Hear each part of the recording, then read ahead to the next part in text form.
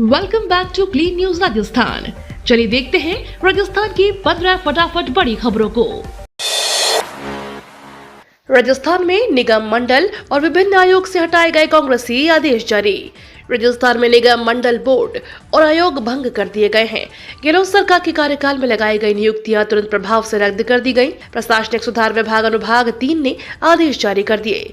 प्रशासनिक सुधार विभाग द्वारा जारी आदेश के अनुसार राज्य स्तरीय एवं जिला स्तरीय समितियां, आयोग, निगम, बोर्ड और टास्क फोर्स इत्यादि में मनोनीत किए गए गैर सरकारी अध्यक्ष, उपाध्यक्ष और सदस्यों का मनोनयन और गैर सरकारी सदस्यों की सलाहकार सेवाएं तुरंत प्रभाव से समाप्त की जाती हैं।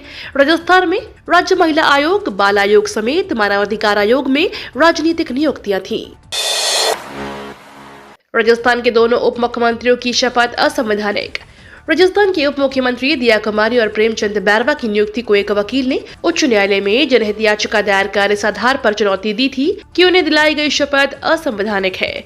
जनहित याचिका में कहा है कि ऐसा कोई भी संवैधानिक पदनाम नहीं है और उनकी नियुक्ति रद्द की जानी चाहिए। याचिकाकर्ता ओम प्रकाश सोलंकी ने नियुक्तियों को रद्द करने के लिए राज्य सरकार को निर्देश देने का अनुरोध किया है। वह एक अनौपचारिक गहलोत संघ गुफ्तगू पर केंद्रीय मंत्री गजेंद्र सिंह शेखावत बोले। राजस्थान के मुख्यमंत्री भजनलाल शर्मा के शपथ ग्रहण समारोह में पूर्व सीएम अशोक गहलोत के साथ गुफ्तगू कर केंद्रीय मंत्री गजेंद्र सिंह शेखावत का रिएक्शन आया है। जोधपुर में मीडिया से बातचीत करते हुए शेखावत ने कहा कि वह एक अनौपचारिक मुलाकात थी। जब 3 नेता एक साथ बैठते हैं तो चर्चा तो होती ही है।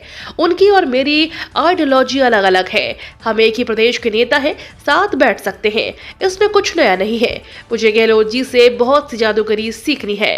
वो कांग्रेस के वरिष्ठ नेता और काफी अनुभवी हैं। उन्होंने कहा कि अब मैं फ्री हो गया हूं, कभी चाय पर आओ। मैंने आपका ऑडियो सुना, उन्होंने काफी तारीफ की। राजस्थान को मिलेगी चौथी वंदे भारत ट्रेन, जयपुर पहुंचा रैक। राजस्थान को एक और नई वंदे भारत ट्रेन मिलने जा रही है। यह राजस्थान की चौथी वंदे भारत ट्रेन होगी। नई वंदे भारत ट्रेन जयपुर पहुंच चुकी है। उसे ढहर का बालाजी रेलवे स्टेशन पर खड़ा किया गया है। हालांकि अब यह सिर्फ रैक की शक्ल में जयपुर पहुंची है। इस वंदे भारत ट्रेन को पूरी तरह से असेंबल करना बाकी है। उम्मीद जताई जा रही है कि नई वंदे भारत ट्रेन जयपुर से इंदौर या फिर अहमदाबाद के लिए संचालित की जाएगी। राजस्थान भ्रष्टाचार पर एक्शन मोड में भजनलाल सरकार। राजस्थान में पेपर लीक मामले पर भजनलाल सरकार ने एसआईटी गठन कर दिया है, लेकिन अब जल्द ही जल जीवन मिशन घोटाले पर भी सरकार एसआईटी का गठन कर सकती है, क्योंकि जल जीवन मिशन केंद्र सरकार का महत्वाकांक्षी मिशन है। ऐसे में जल्द राज्य सरकार पूरे घोटाले पर एसआईटी गठित कर सकती है। भजनलाल सरकार ने यह पेपर लीक के बाद जल जीवन मिशन पर नजरें गड़ाई है। सरकार जल्द इस पर भी एसआईटी का गठन कर सकती है। केंद्र सरकार के इस मिशन में राजस्थान सबसे फिसड्डी रहा है, इसलिए इसमें तेजी लाने के लिए भजनलाल सरकार बड़े फैसले ले सकती है।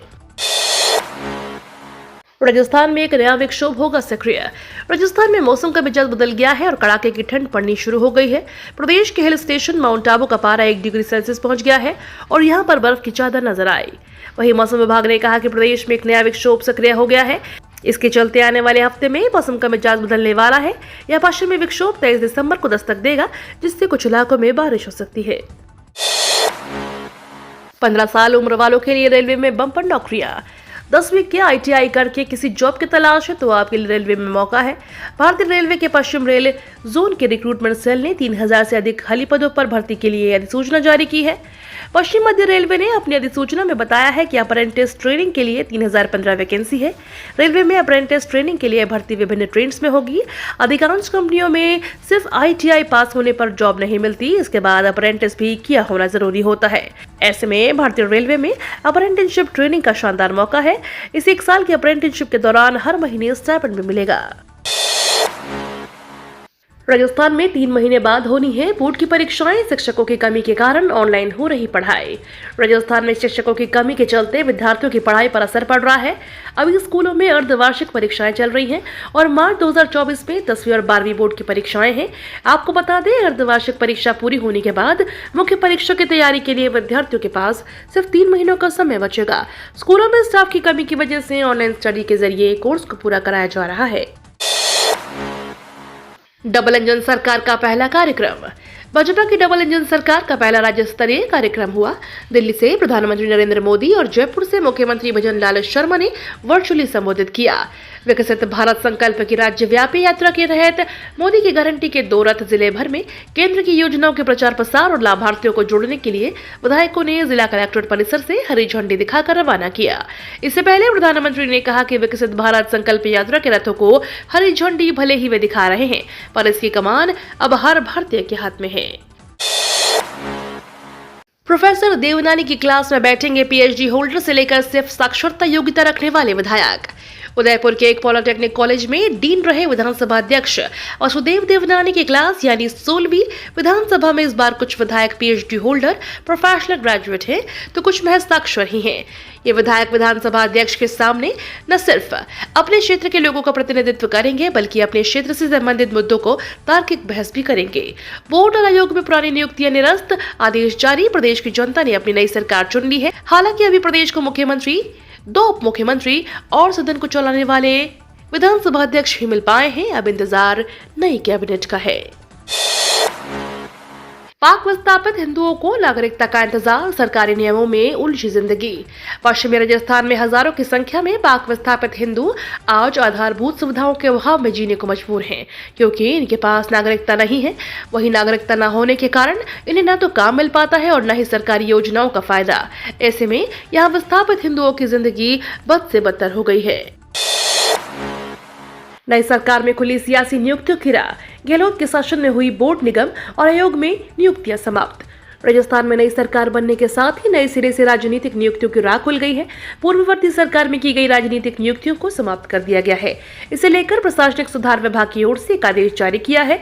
अब भाजपा की विचारधारा से जुड़े लोगों को नए सिरे से राजनीतिक नियुक्तियां दी जाएंगी। दरअसल राजस्थान सरकार के प्रशासनिक सुधार विभाग की ओर से रविवार को एक आदेश जारी हुआ था। 600 रुपए में एलपीजी सिलेंडर, सरकार दे रही 75 लाख नए कनेक्शन। केंद्रीय मंत्री हरदीप सिंह पुरी ने संसद में बताया कि सरकार गरीबों को सस्ती कीमत में रसोई गैस देने को आगे है। पीएम उज्ज्वला योजना के तहत केंद्र गरीब परिवारों को 300 रुपए की सब्सिडी देती है। ऐसे में योजना के लाभार्थी को दिल्ली में 603 में सिलेंडर मिलेगा। साथ ही बताया गया है कि 2014 में एलपीजी उपभोक्ता 14 करोड़ थे, जो अब 33 करोड़ हो चुके हैं। जल्द उज्ज्वला योजना के तहत 75 लाख नए कनेक्शन दिए जाएंगे। भारतीय पर्यटकों के लिए एक और खुशखबरी, केन्या में अब वीजा फ्री एंट्री। भारतीय पर्यटकों के लिए दुनिया भर के कई देशों में अपने दरवाजे खोल दिए हैं। केन्या ने इस सप्ताह भारतीय समेत दुनिया भर के पासपोर्ट धारकों के लिए वीजा आवश्यकताओं को समाप्त कर दिया गया है। इसी हफ्ते ईरान ने भी अपने देश में आने वाले 33 देशों के यात्रियों के लिए वीजा की जरूरत को खत्म कर दिया है। इससे पहले श्रीलंका, मलेशिया और थाईलैंड जैसे देशों ने भारतीय पर्यटकों के लिए वीजा फ्री एंट्री का ऐलान किया है।